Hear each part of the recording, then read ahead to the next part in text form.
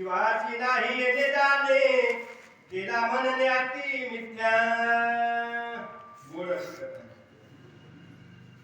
प्रभू रामचंद्रासमोर वनमध्ये तारा ज्या भगवंताशी तार जोडली गेलेली. मी एका प्रश्नात सांगितलं वाली जिथे गेलाय माझा पती जिथे गेलाय तोच निर्वाणीचा बाण काय करा मला मारा आणि मला पती सवय पाठवा. तेव्हा प्रभू रामचंद्राने सांगितलं जीवाशी येणे नाही जीवाशी जाणे नाही. जीवाला खायला लागत नाही जीवाला लिहायला लागत नाही जीवाला काहीच लागत नाही मग दुःख कशासाठी करायचंय. आपल्याला बी कळलं पाहिजे बघा या किष्किंधा कांडाची सुरुवातच अशी आहे. कशी आहे जेव्हा हनुमंतराय सूर्यराजाला भेटले तेव्हा हा सूर्यराजाने बंधू वैराचं प्रकरण आपल्याला सांगायला मिळालं. तेव्हा इथून आता सविस्तर माहिती झालंय. आता तेच बंधू आहे जे वैर होतं. अरे सूर्यवा तुझ्यामुळे मला प्रभू रामचंद्र भेटले तुझ्यामुळे मला प्रभू रामचंद्राच्या चरणावर मरण आलेलं आहे. त्याच्यामुळे माझ्या अंतःकरणामध्ये आता संशय नाही माझ्या अंतःकरणामध्ये तुझ्याविषयी दोष नाहीये. आता आपली कुठलीही दुश्मन नाही. आपल्याला प्रश्न पडला का मग बंधू दोघे वैरी का मानलं जाते ते वैरपणे राहू नये म्हणून वाईने काय केलंय प्रभू रामचंद्रासमोर ते सांगितलं बाबा सूर्यवा आजपासून कुठलंच वैर माझं राहिलेलं. पण आपण बोलताना व्यवहारामध्ये बोलतो सख्खे बंधू ऐका नाही सख्खे भाऊ पक्के वैरी. अरे गैरसमज आहे ना. हा तो भाव आहे ना जे आपल्याकडे सामर्थ्याची वरद माळ कश्यप ऋषीने जेव्हा इंद्राला दिली इंद्राने त्या वालीला दिलेली माळ सुद्धा सूर्यराजाला भाल केली गेली. आपण नाही करणार आपण काकडी सुडीत नाही थोडं आपल्याला तासच कळलं नाही. मग ती तारेवरची कसरत आहे. परमात्मा म्हणजे तारेवरची कसरत आहे. मग या तारेला समजून सांगण्यासाठी जेव्हा प्रभू रामचंद्रापुढे मांडलं तेव्हा प्रभू रामचंद्राने सांगितलं अरे जीवाला मरण नाही जीवाला काहीच लागत नाही कुठलीच गोष्ट त्या जीवासाठी मग रडायचे कोणासाठी ध्येयासाठी ना. मग ध्येय कुठला असावा ध्येय ध्यान आणि ध्यान याच्याकडे माझ्याकडे असलं पाहिजे. या मड्याकडे बघून रडण्यापेक्षा त्या परमेश्वराचं परमात्मा माझ्याकडनं का लागाव होत नाही याच्याकरता एवढं प्रभू रामचंद्राला सांगितलं. तारा काय म्हणते जीवाचे दानने चैतन्य घन सर्वत्र नाही परिपूर्ण नाही गमना गमने वरथारुदन का जीवाशी कसं जीव चैतन्य रूप आहे. जीवाला कुठं येणं नाही जेणं नाही सगळीकडे सरळ फिरला जातो. त्याला शरीराचाही गरज नाही त्याला आकाराचाही नाही. आकार उकार अर्धा मात्र ईश्वर त्याच्यापासून निर्माण झाला तो आत्मा चैतन्य आहे. मग विनाकारण का रडते कशासाठी रडत आहे असं प्रभू रामचंद्र सांगतात. घडी मोडी बहुत घडमोडले घटा काटे ते विद्याची होता नाचे जीवा विनाचे नित्यत्वे जीव अविनाश निश्चयत्वे कसा तो निश्चय घट आहे. म्हणजे आपण कसे घागर आहे पाण्याची मातीची घागर आहे आणि याच्यात ज्ञान रूप जो आत्मा आहे त्याचं चैतन्य स्वरूप आहे. हे घट सगळे नसले जाते पण ते चैतन्य स्वरूप कधी नसणार नाही. बघा शरीर येतील जातील आले किती गेले किती भरारा पण राम नावाचा दरारा आणि किती संपलेला नाही. आपल्यासारखे भरपूर वाचक येतील भौतिक सूचक येतील सत्य करणारे भरपूर येतील महाराज भरपूर येतील पण चैतन्य स्वरूप एकच आहे. आपण रूपामध्ये अडकलो रूपाच्या पलीकडचं योग चैतन्य तुझ्याकडे मग काय ते असं प्रभू रामचंद्र सांगतात. घटी भरल्या घरात मताची तो लेखून लगे घटाकाची ते विदेहाच्या पाप पुण्याचे आत्मप्रकाशी रेगुण आहे. आत्मप्रकाशी रेगुण आहे. आता कुठे अशी जागा बाबा कसा दृष्टांत दिला ग्रंथकारने आपल्याला. आता मातीची घागर मध्ये त्याच्या सूर्य दिसतोय चंद्र दिसतोय मग आकाशाकडे बघायची काय गरज आहे. तोच आत्मा तुझ्या देहामध्ये प्रवेश केला गेलेला आहे मग बाजूला बघायची गरजच काय. कुठे शोधीशी आहे का नाही रामेश्वर कुठे शोधीशी का अशी काशी नाही का अशी रामायण ऐकून बी अशी हरिपाठ म्हणून बी अशी अशी का अवस्था झालेली कारण ते चैतन्य स्वरूप प्रत्येक घटामध्ये वास्तव्याला असताना घट नसे म्हणजे तो ब्रह्म असतची असे असा प्रभू रामचंद्राच्या तारेचं मनोगत राखण्यासाठी किंवा त्या ध्येयासाठी रडलं गेलंय म्हणजे त्या विधेयतेकडे नेण्यासाठी प्रभू रामचंद्र सांगू लागलेले आहेत. आत्मा परिपूर्ण सदोदित कर्म धर्मवीर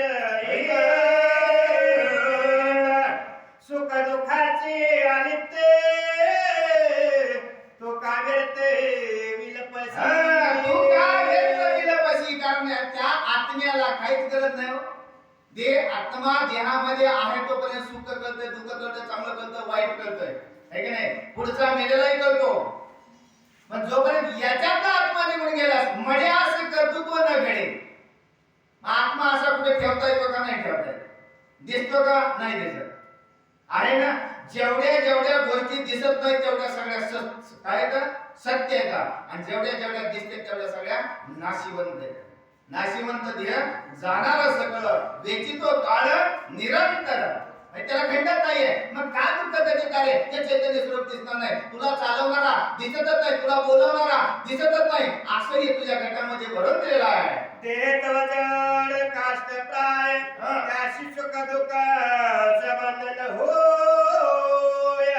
आत्मा चैतन्य गणाच भाये तेथे न समाये सुख दुःख. तेथे न समाये सुख दुःख. हे देह कसा काष्टवत आहे, लाकडासारखा धडधडा धडधडा बोलतोय.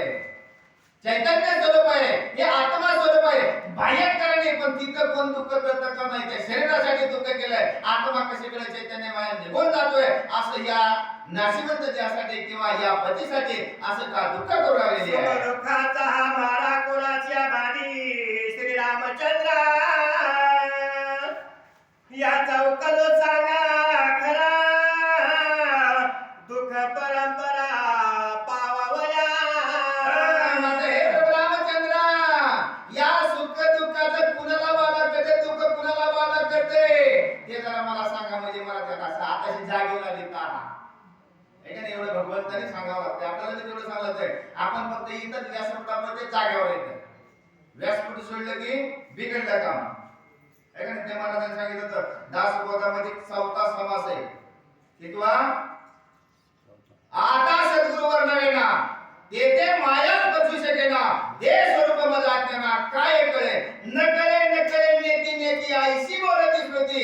तेथे मज मूर्खाची मती पवाडेल कोटी. मज न कळे हा विचारू दुरोणे माझा नमस्कारो. बोधे पावे पैल पारो सद्गुरु स्वामी. असं त्या स्तवन आहे कोणाचं? सद्गुरूचं. गुरुचं नाही बघा कुठल्या. असं रामदास स्वामींनी लिहिलेलं आहे. असं ते उत्तम आहे. पाण्यात मिळवावा तरी त्याच्यापासूनच पाणी आहे. आकाशात त्याला उपमाच देता येत नाही असा तो आत्माच आहे. कारण गंगेची उपमा द्यावी तरी हे गावाला आटणार आहे.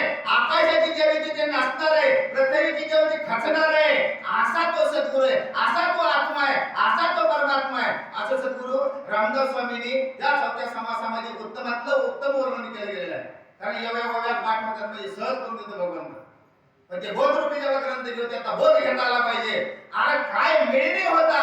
गंगा ऐकायला ओढा कुठे मिळाला? नदीला मिळाला. नदा कुठे मिळाली? समुद्राला मिळाली. मग समुद्र एक काही आतून जाईल पण तो परमात्मा असं त्याची असं त्यात उत्तमातलं उत्तम असं रामदास स्वामींनी वर्णन केलं आहे. कोण्या तारेचा प्रश्न सवे सांगे रघुनाथ. जवते हे देह अभिमाने दुःख बंधन आवे वेकता. दुःख बंधन आवे वेता. वेताच नाही ना त्या तुझ्याकडे आहे का? देह आला की त्याच्याकडे दुःख येते, त्याच्याकडे बंधन येते, त्याच्याकडे नियम येत आहे का? आत्म्याला कुठला नियम नाही, आत्म्याला कुठलं दुःख नाही. आत्म्याला काय आत्मा आहे. देवाने घेवान त्याच्यामुळे चालते. आता या वाणीच्या अंतःकरणामधला आत्मा कुठं झाला?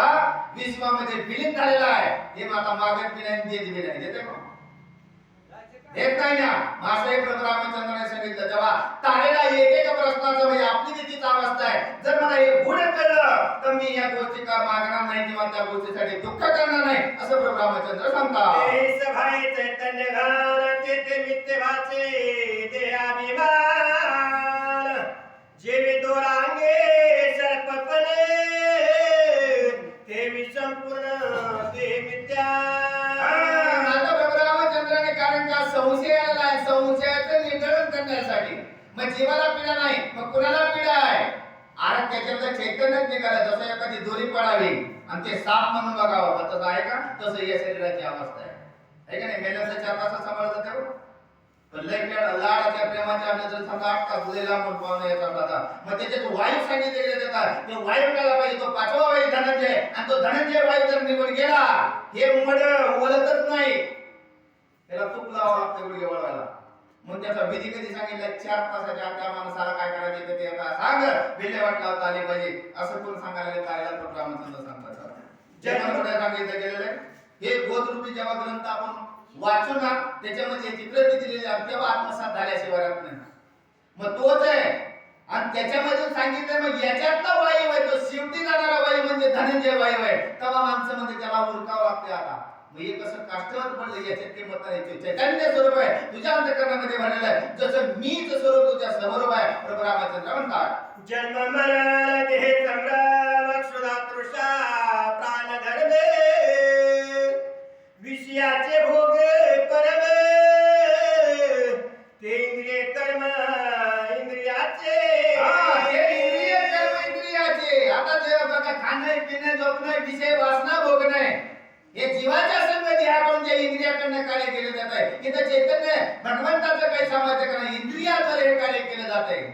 आपले डोळे बघतायत कान ऐकतात तोंड बोलतंय हात हलतात हे की नाही पाय चालतात हे कोणाचे चाले हे शरीर कोणाचे सत्य गोड बोलावे तो हरे विना. मी या जीवाचा संबंध त्याच्यासाठी आले मग हे कर्म सांगितले हे माया योगे करी नाही शेवटते त्याच्यातच होईल त्या समासामध्येच होईल. मायेच्या बळे करीनच नवना आयसे वांचित म्हणा परी माया झाली आल्याच्या म्हण काय करू. आता तुला आत्माने बोल गेला ना मग हे शरीर चालतंय का नाही चालत बघा. सुख दुःख भय शोक मनोधर्म हे आवश्यक हरिहर ब्रह्मा त्रिगुणात्मके काल्पनिक संसार आहे हरिहर अधिक हे सगळं कसं आहे काल्पनिक आहे ना ध्यान दिसलं गेलंय पण त्याच्यातला आत्मा बदलला असा हा प्रभू रामचंद्राने सुख दुःख फक्त ध्यानाकडे जीवाच्या कर्मे हे दुःख भोगावं लागते. आत्म्याला त्याचा संबंध नाही वाचा. आत्मा गुणे गुणातीत देहे देवाला लिप्त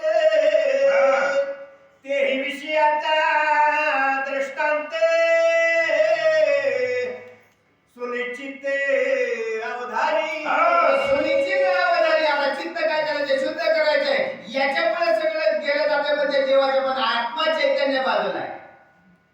बघा ध्येय करून जाते डोळा काम करून जाते हात आगावबान करून जाते पण आत्मा कसा आहे त्याच्याही अलिप्त आहे. हे सगळे विषयातून जे घडणारे कर्म येतात हे सगळे त्या विषयात भेद होत येतात पण हे सगळं कसं वेगळं वेगळं आहे असंही प्रभू रामचंद्र सांगेल. आत्म्याला कुठलंही दुःख नाहीये अशी अवस्था सांगता आहे. पटेक कृष्ण वर्ण दिसे काळा पीत वर्ण दिसे पिवळा आरक्त दिसे आरक्त निळा किळा तर तो वेगळा तिरंगी तोही वेगळा तिरंगी. आता स्फटिकाला पांढरा आहे वर्ण काळं लावलं लाल लावलं पिवळं लावलं तांबडं लावलं पण त्या रंगामध्ये मिसळत नाही त्याच्या अलिप्त बाजूला आहे. असं हे सगळं त्याच्या बाजूला गेलं म्हणजे या ध्यात कुठलंच गुंतवण नाही. ध्यामध्ये आत्मा आहे का नाही पण दिसत तसं त्या स्फटिकामध्ये कलर वरून लावलाय आत्मा आत आहे. लाल असू दे काळा असू दे पिवळा असू दे गुंचा असू दे ठेंगणा असू दे नकटा असू दे पण त्याच्या आतला तो स्फटिक आहे त्याला कुठला आकार वाकार माकार नाही आता. ते आत्मा